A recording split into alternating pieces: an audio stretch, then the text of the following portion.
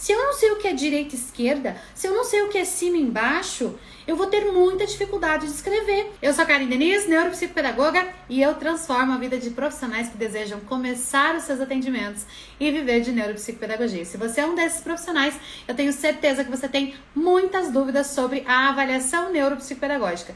E é por isso que no nosso Minuto com a NeuroPP de hoje, nós vamos falar 2 instrumentos para você realizar a avaliação da consciência fonológica. Mas como eu sou muito boazinha, eu vou trazer 4 instrumentos para vocês, mas 2 são bônus só no final. Primeira coisa, a gente entender o que é avaliação neuropsicopedagógica.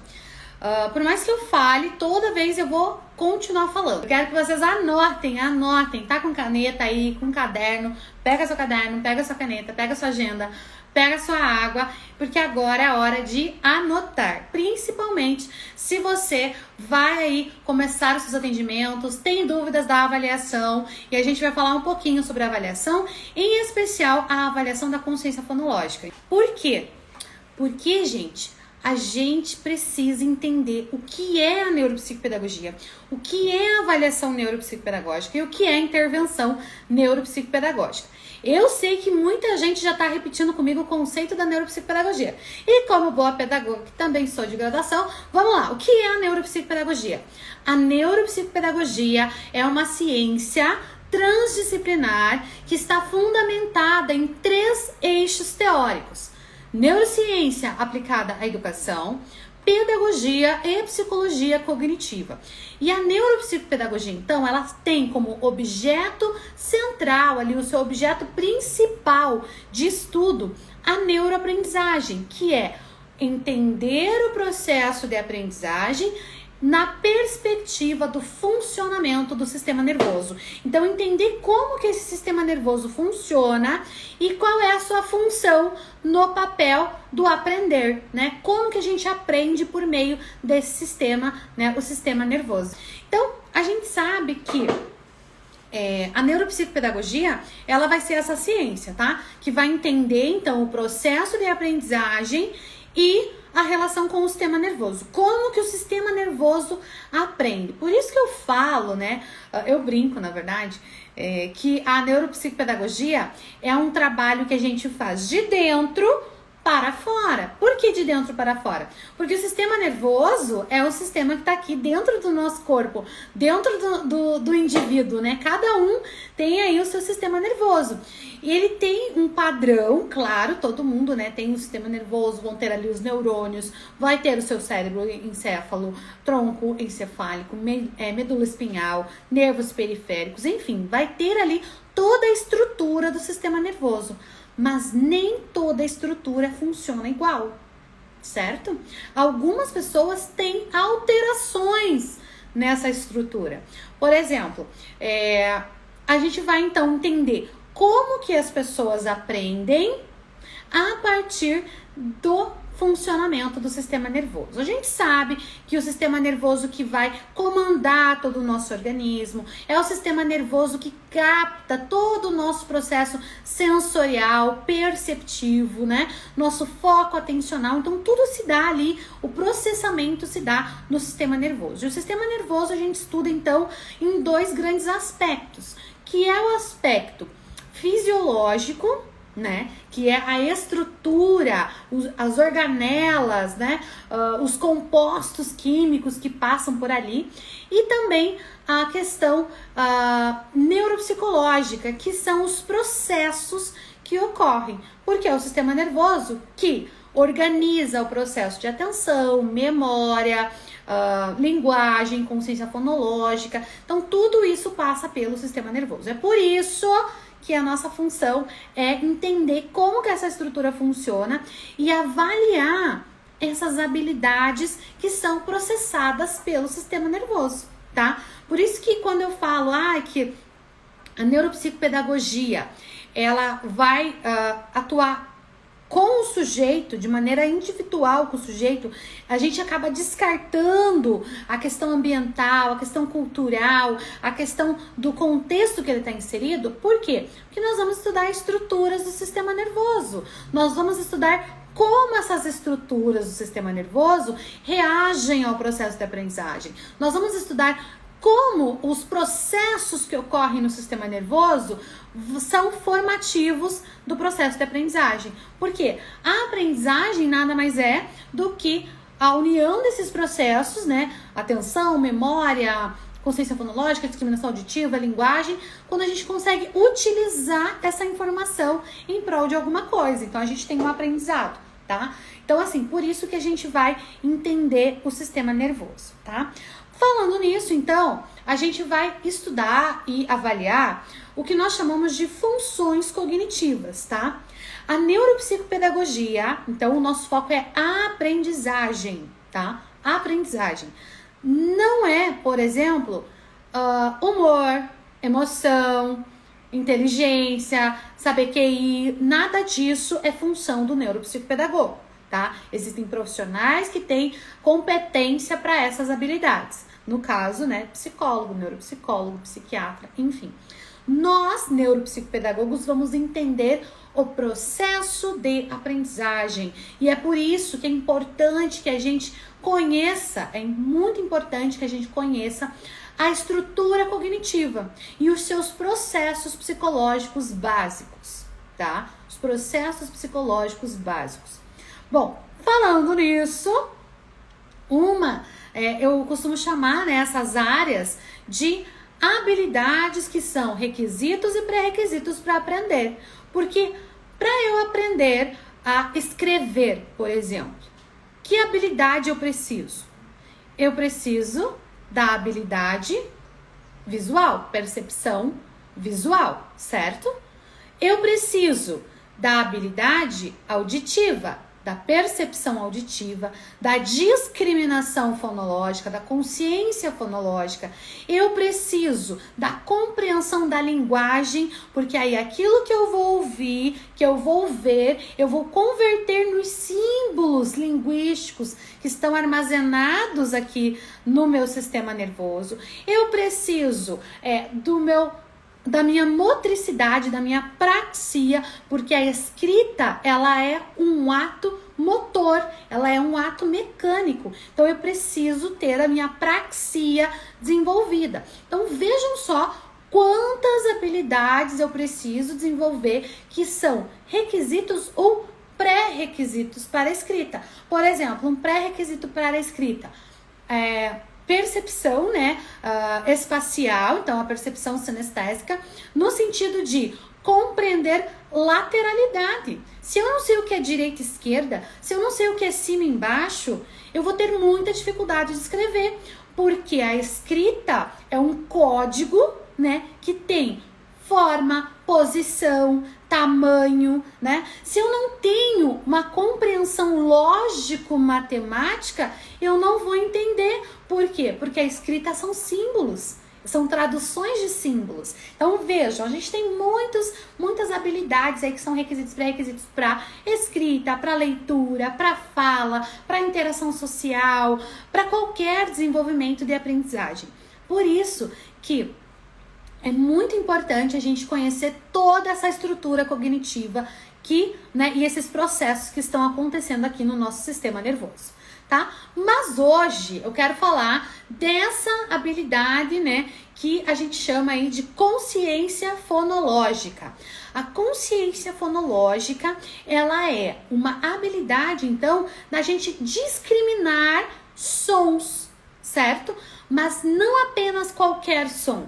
Sons que são considerados fonemas, sons de fala, sons de comunicação, sons de interação.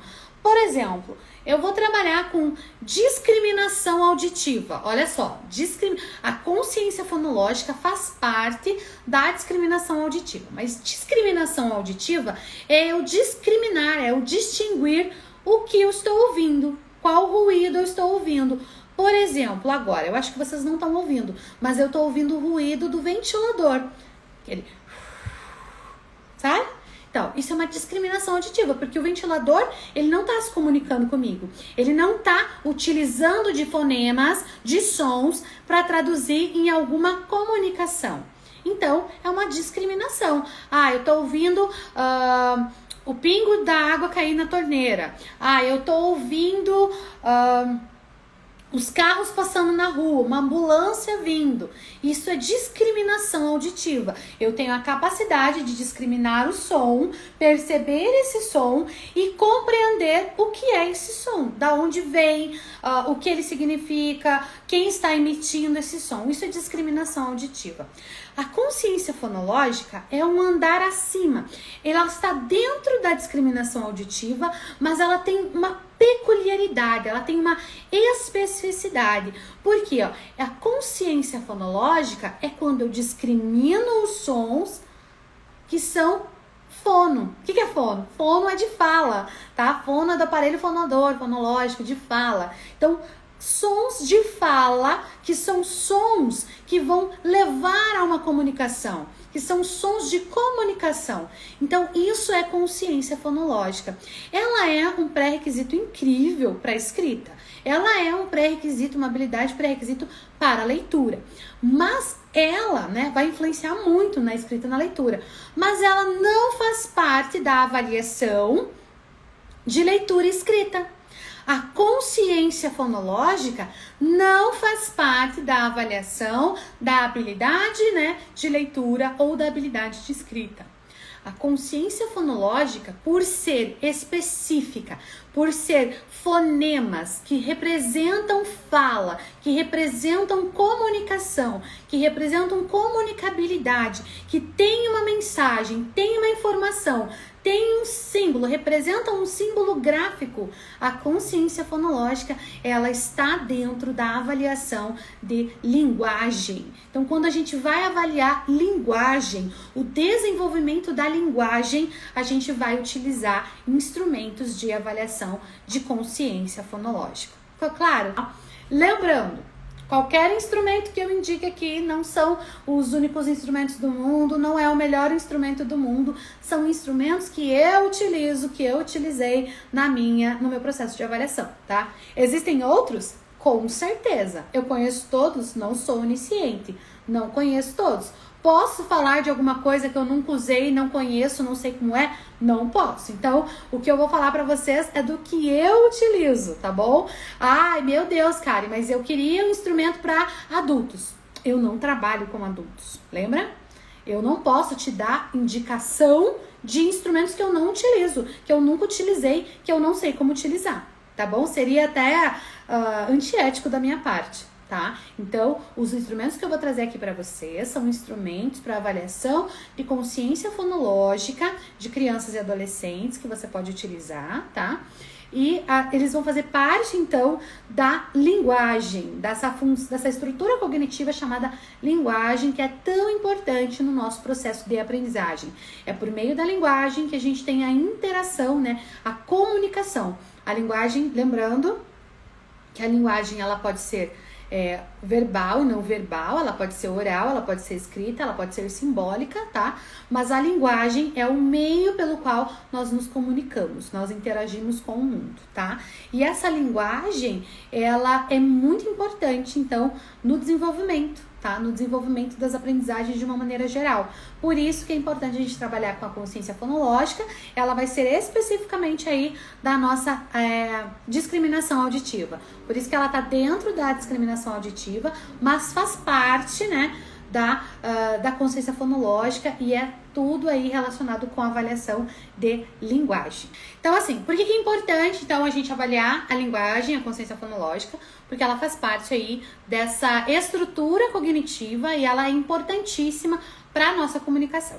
Então, mesmo a consciência fonológica sendo parte da avaliação de linguagem dentro da neuropsicopedagogia, ela vai me dar indicativo sim quando o meu paciente tem dificuldade de leitura e de escrita, porque elas são pré-requisitos. A linguagem, ela é pré-requisito para leitura e escrita. A consciência fonológica, ela é pré-requisito para leitura e escrita, tá? Então, é muito importante a gente sempre ter um instrumento de leitura de consciência fonológica dentro do nosso plano de avaliação, tá? É muito importante a gente ter um instrumento de avaliação, dessa habilidade de consciência fonológica. tá bom? Claro, ai, Karen, mas a gente não vai intervir na consciência fonológica. Não, que quem vai fazer intervenção de questões fonológicas é o fono, a fonoaudióloga, né? Eles vão fazer intervenção, eles vão ter plano para isso, eles vão ter um protocolo próprio. Mas a consciência fonológica é importante no processo todo de aprendizagem, tá bom? E a dificuldade ou o déficit no processamento ou na maturação dessa habilidade, ela pode prejudicar outros processos. Então, é importante a gente identificar, né, dentro do nosso processo de avaliação, qual é o nível de desenvolvimento da consciência fonológica do nosso paciente, e se a gente verificar que o nível dele está muito abaixo do esperado, a gente vai fazer esse encaminhamento para a fono, né? A fono vai ter que trabalhar com ele com o protocolo próprio da fonoaudiologia, tá? Isso é muito importante na neuropsicopedagogia. Não é porque a gente faz um teste de avaliação em consciência fonológica que a gente vai intervir em consciência fonológica. Não, tá? A gente vai estimular, mas em paralelo com o acompanhamento da fono. Vamos lá, então. É importante ter esse instrumento no teu plano de avaliação e aí você organizar na qual sessão você vai desenvolver esse plano. Ele faz parte, né, das duas abordagens, tanto da abordagem quantitativa, que os instrumentos ali de consciência fonológica, né, que eu vou mostrar para vocês, todos são quantitativos, isso quer dizer que ele vai gerar um número, ele vai gerar um dado, né, dentro de uma tabela, que eu vou poder mensurar se o meu paciente, ele tá dentro da média para a idade, se ele tá abaixo da média para a idade, se ele tá acima da média para a idade, mas também ele é qualitativo. Por quê? Porque a consciência fonológica, ela tem a diversidade, principalmente no nosso país. Nosso país, ele é um país em extensão territorial muito grande. E o que acontece no Brasil? Nós temos muitos regionalismos linguísticos. Então, a gente precisa ter cuidado nessa parte, tá? Dos regionalismos linguísticos. Como nós falamos, como nós emitimos essa consciência fonológica no nosso dia a dia. Por exemplo, né? A gente vai falar as vogais simples, né? Todo mundo conhece as vogais. A, E, I, O, U. Essas são as vogais. Mas quem aqui fala as vogais A, E, I, O, U? Olha só como muda o fonema. A, E, I, O, U. A, E, I, O, U. Isso é regionalismo linguístico. Por quê? As vogais, a gente tem A, E, I, O, U. Vejam, o mesmo símbolo representado graficamente, né? Tirando que vai ter o acento daí, mas a gente fala de maneira diferente. O som, a discriminação fonológica, a consciência fonológica que eu utilizo pode ser diferente. Mas assim, gente, é muito no Brasil, quando a gente vai falar em vogal, todo mundo fala A, E, I, O, U. E a pessoa não tem consciência fonológica? Não sabe consciência fonológica? Não sabe ler que está emitindo o som errado? Não, é uma construção social, é um regionalismo linguístico. Então aqui entra a parte qualitativa da consciência fonológica. É o profissional entender se o paciente ou ele próprio está utilizando a estrutura correta, ou porque o teste é padronizado. Se você vai aplicar um teste de consciência fonológica padronizado e você tem as vogais, você precisa, enquanto profissional, falar A, E, não é, I, O, não O, U. Por quê? Porque esse é o som das vogais. O E, que a gente fala, né, no A, E, I, o E, ele é a letra E com acento agudo. O O, ele é a letra E com acento circunflexo. Então, assim, gente, a gente precisa entender que mesmo tendo o padrão, a consciência fonológica, ela, mesmo ela sendo quantitativo o teste, ela também vai ter a parte qualitativa, tá? Por exemplo, se você falar até a boca, né? Porque a consciência fonológica a gente usa muito também a articulação, tanto que um dos instrumentos que eu vou falar pra vocês, ele trabalha o fonoarticulatório, ele avalia o fonoarticulatório. E a gente vai falar aqui, ó, a, e, a, e. Olha como é diferente. A, e, I, o, I, o. I, o, I, o. Muda o articulatório, o fonoarticulatório. Então, é muito importante a gente saber que o padrão das vogais, para quando a gente vai aplicar um teste, é A, E, I, O, U. E não O, e não E. Porque esses dois não são representativos fonologicamente daquele fonema, tá? Aquela relação grafema-fonema, ela não pode ser alterada. Olha que maluquice, vocês sabiam disso? Então, por isso que a gente precisa, é uma parte muito importante da avaliação, tá? Então, mesmo quando a gente utiliza teste quantitativo, a gente precisa lembrar da variação linguística, tá? Da variação linguística.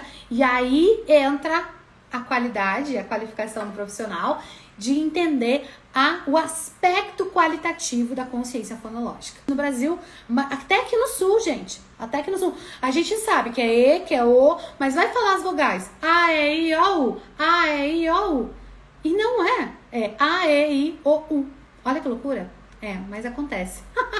Acontece, gente, mas é assim mesmo. Por isso que a gente tem que ter esse cuidado, porque dentro do consultório, nós somos profissionais técnicos da aprendizagem. Nós temos que ter esse olhar clínico no processo de aprendizagem. A gente tem que ter esse cuidado. A gente falou aqui, então, da área da linguagem. Então, eu vou trazer para vocês 2 instrumentos que eu utilizo de avaliação de consciência fonológica, tá? Então, o primeiro instrumento que eu quero trazer para vocês é um instrumento bem conhecido, tá? Muita gente conhece esse instrumento. É da editora Pearson, tá? É uma das editoras mais, assim, reconhecidas no mundo inteiro com relação a testes, tá? Psicológicos, neuropsicológicos, tá? Que é o Confias, tá? O Confias, então, o próprio nome já diz, né? Que é a consciência fonológica instrumento sequencial. Esse é o nome dele, tá? Então, é um instrumento aí, ó. Confias significa consciência fonológica, instrumento de avaliação sequencial, tá? O Confias, ele tem a aplicabilidade a partir dos 4 anos de idade, tá? De 4 a 6 anos, mas pode ser utilizado para crianças e adolescentes em fase escolar, principalmente com indicativo para dislexia, tá? Por quê? Porque a dislexia, ela causa uma alteração neurobiológica, inclusive no processo de consciência fonológica, tá? Então, é um instrumento que eu gosto bastante de usar, tá bom? O Confias, ele vem com as pranchetinhas aqui, que daí você vai mostrando e tal. É bem legal, ele tem as instruções, você tem o caderno de aplicação, você tem o caderno de correção, tá? Então, esse instrumento é um instrumento que eu gosto bastante para utilizar na avaliação da consciência fonológica. Se eu fosse dizer para você assim, Karen, qual o melhor? Não tem o melhor, tá? Não tem o melhor. Mas o Confias, ele é um dos instrumentos muito, muito, muito utilizados. Não é porque ele é o melhor, gente, mas porque ele é muito consolidado e ele é muito conhecido, tá? Não quer dizer que ele é o melhor, tá bom? Você pode comprar direto na editora, na Pearson, em casas de psicólogo, tá? Que vendem testes para psicólogo, porque ele é um instrumento não restrito. Isso quer dizer que a gente pode utilizar tranquilamente na prática neuropsicopedagógica, tá? É um instrumento muito bom, tá? É um instrumento muito bom. Foi o meu primeiro instrumento de consciência fonológica, tanto que esse aqui já é o meu segundo, porque o meu primeiro mesmo já estragou, né, gente? Então, ele tem vida útil também, né? De tanto você abre, olha, dará. Então, esse aqui é o meu segundo kit dele, tá bom? Mas, assim, Os cadernos de aplicação, você pode adquirir depois, somente eles, tá bom? E aí é mais barato. Depois que você já tem o kit, primeira vez tem que adquirir o kit inteiro, depois que você já tem o kit, os cadernos os cadernos de aplicação, eles são mais baratos depois, tá? Porque aqui é a folhinha de respostas, tá? Esse aqui eu até peguei no final do ano uma folhinha nova de respostas. Esse aqui é o caderno de aplicação, então vem todas as orientações, gente. É muito simples de aplicar, tá? Vem todas as orientações de como aplicar, tá bom? Vem aqui pra você. Tem os caderninhos. E aqui, o caderno de aplicação. Isso mesmo, as instruções. Ó, e como que você faz a conferência depois, tá bom? Protocolo de respostas. Então, ele é bem fácil de aplicar, ele é bem intuitivo. E ele vem com manual também, que você vai ler aqui. Vai ter todas as orientações da aplicação, como também da correção do teste, tá bom? É bem tranquilinho. Vamos lá. O segundo é um instrumento, não é novo, tá? É novo pra mim. Eu adquiri ele ano passado, então eu usei ele poucas vezes ainda, mas eu gostei, tá bom? Eu gostei. Que é da editora Booktoy. A Pearson, ela é uma editora internacional, tá? Ela tem uma fama, um reconhecimento aí internacional. A Booktoy é uma editora nacional, brasileira, tá? Então, a tendência é que os seus instrumentos sejam um pouco mais baratos e acessíveis. E eu comprei esse instrumento justamente para competir ali com o Confia. Só que o que ele tem de interessante? Ele não avalia apenas a consciência fonológica, tá? Ele é o Confiart, é o nome dele, da editora Booktoy. Ele avalia a consciência fonoarticulatória também. Então, se você tem aquele paciente que às vezes tem uma dificuldade a própria de linguagem mesmo, né, de articular as palavras, ele é um bom instrumento para isso, tá bom? Mas ele vai avaliar a consciência fonológica e a questão da articulação também, tá? Ele também é muito similar ao Confias, no sentido que ele tem aqui um manual de explicação, vem um caderninho de apoio para você mostrar, né, as figuras e tal, ó, veja, ó, como é bem articulatório, ó, pá, tô, para fazer a diferença, né, o P, porque são as mais trocas, né, P, B, D, T, né, F, né, Fá, Vá, F, V, então ele tem aqui, tá bom, esses instrumentos, tem também os caderninhos de aplicação, lá. E ele tem a pranchetinha articulatória, ó, das boquinhas. Por quê? Porque ele é fonoarticulatório. Então, você tem aqui, ó, que letra é essa? Que som é esse, né? Discriminação fonoarticulatória. Então, não é só a fonológica, mas também a parte motora da fala, fonoarticulatória. Eu gostei bastante desse instrumento, tá? E ele tem até o CDzinho dos áudios que toca e tal. É bem legal. Também é bem simples, tem todas as orientações. Esse aqui é da Booktoy, tá bom? O valor dele já é mais acessível, ó. Confiart. Deixa eu ver aqui. Confiart Booktoy. Ó, esse aqui, eu dei um Google aqui, tem de 125 a 160 a variação dele, tá? R$125 a 160. Já é um instrumento um pouco mais acessível, tá? Por que é mais acessível, Karen? Porque a editora não tem tanta imponência assim como a Pearson, tá? O Pearson é mais reconhecido. Conhecem, né? A oferta da demanda e da procura. Então, ele é mais... O Confias é mais conhecido, tá? Não quer dizer que é melhor. E o Confiart é um pouco menos conhecido, mas eu gostei também, tá? Esses são os dois instrumentos que eu queria falar pra vocês. Mas vejam, esses dois instrumentos, eles ainda têm cada um a sua especificidade, tá? Porque o Confias, ele vai avaliar somente a consciência fonológica. O Confiart, ele vai, junto com a consciência fonológica, a questão também da fonoarticulatória. E o fonoarticulatório é importante para a gente trabalhar, identificar, porque às vezes o paciente não tem a questão da dificuldade fonológica, ele consegue ouvir muito bem, mas ele está com questões articulatórias. Então você vai perceber isso aplicando esse teste e você vai poder fazer encaminhamento para fono, tá? Eu tive um paciente que ele entendia, ele ouvia, ele não tinha o problema da discriminação auditiva, né? E ele não falava, por exemplo, a palavra fogo. Ele não falava fogo, ele falava fodo. Fodo. Mas você falava assim, o que você quer dizer? Fodo? Quando você repetia o errado, ele falava, não, é fodo. Porque ele não conseguia falar o G. Isso era um problema de fala, transtorno de linguagem. Aí foi encaminhado para fono, ele fez o acompanhamento com a fono, hoje ele já tá bem desenvolvido o articulatório dele. Então, coisas que a gente não compreende. Por exemplo, não é porque está falando errado, quando você fala com ele reproduz errado, que é discriminação da consciência fonológica. Às vezes é dificuldade fonoarticulatória. Então, por isso que eu trouxe esses dois instrumentos, tá? Karen, preciso ter os dois? Não. Se você tiver que optar entre um ou outro, o Confias, porque a gente está avaliando ali a consciência fonológica, tá? Mas os dois são da área da linguagem. Então, eu acho muito legal esses dois instrumentos. Eu gosto bastante. Mas eu falei que ia ter um bônus, né? Então, eu tenho um bônus, não, 2 bônus. E eu queria trazer mais 2 instrumentos de consciência fonológica para você, tá? De indicar também. Pra vocês não dizerem que eu tô querendo vender teste, não é isso, tá bom? Esse aqui, ó, são 2 instrumentos agora da editora Menon. Por que eu gosto da editora Menon? Vocês viram que ali tem os caderninhos de aplicação naqueles que eu mostrei pra vocês, né?